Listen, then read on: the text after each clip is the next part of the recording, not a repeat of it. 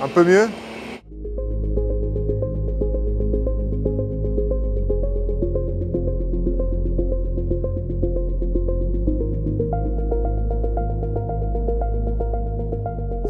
Donc ULIX c'est un AUV, donc un engin sous-marin autonome.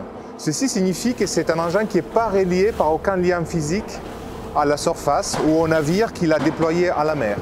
Donc c'est un robot qui suit un programme de mission préprogrammé et qui a la capacité de à la fois survoler des fonds à grande vitesse pour déployer des sonars pour de la donnée bathymétrique, mais aussi de ralentir et d'aller près du fond pour acquérir des images optiques.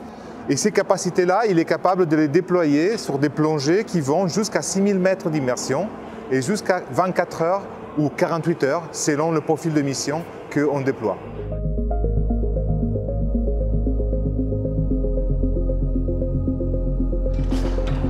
Donc on rentre effectivement d'une mission d'essai technique, on est à bord du Pourquoi pas, on est en train d'opérer la démobilisation de cette mission, donc ça veut dire de décharger le matériel à terre. C'est une mission qui a duré 3 semaines. Nos objectifs essentiels, c'était de valider les fonctions de l'AUV jusqu'à son immersion maximale. On a effectivement atteint 5920,7 mètres d'immersion. On a réalisé 3 plongées au-delà de 5900 mètres d'immersion, dans lesquelles l'AUV a fonctionné correctement, ce qui nous permet de valider ses capacités de plongée profonde.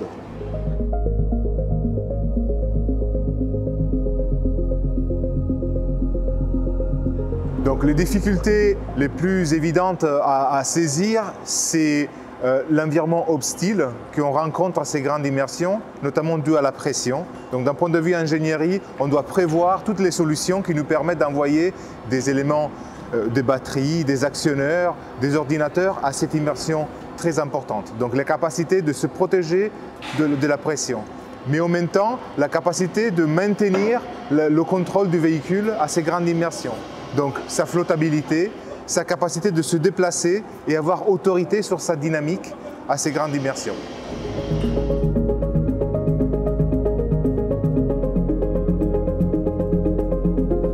Le bilan est positif parce qu'on a été capable, on a montré la capacité de l'AUV de plonger à ces grandes immersions.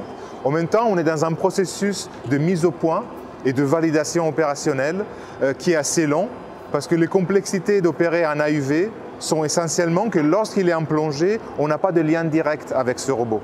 Donc on doit traiter et comprendre l'information après que la plongée se termine. Et aujourd'hui, on est sur une voie qui nous porte vers le déploiement opérationnel, donc le transfert opérationnel de cet engin sous-marin à l'opérateur G-Navire à partir de 2024. Donc on est vraiment sur la fin de ce projet et ce processus de validation. Grâce aussi aux résultats positifs qu'on a obtenus sur ces dernières missions.